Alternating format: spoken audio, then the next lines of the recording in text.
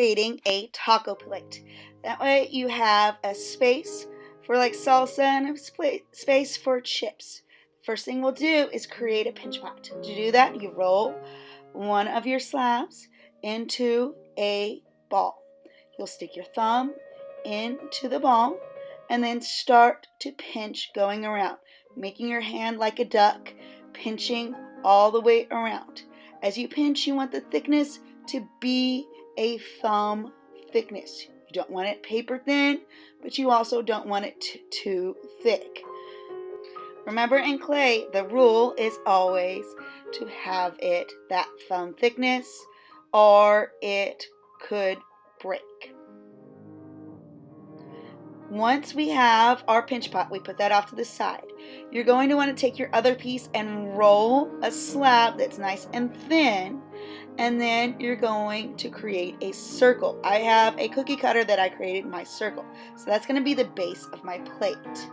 I'm going to then take the rest of my clay and roll it out, and using a pencil, I'm going to make that clay into an inch to an inch and a half, or maybe 2 inches thick, depending on how much clay you have. Mine I rolled out is about 1.5 inches right here.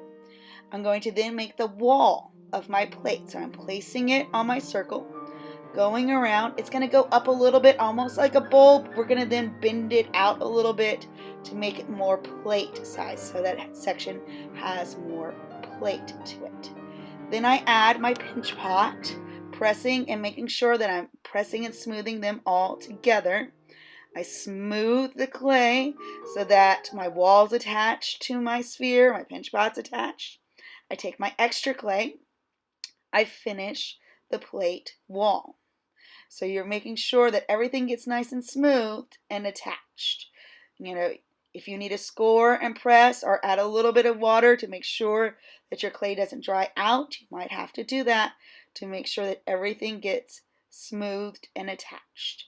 Once you've got a bowl for your salsa and a plate for adding, anything like carrots or, chips, well, then you can start to add your details. It's your choice.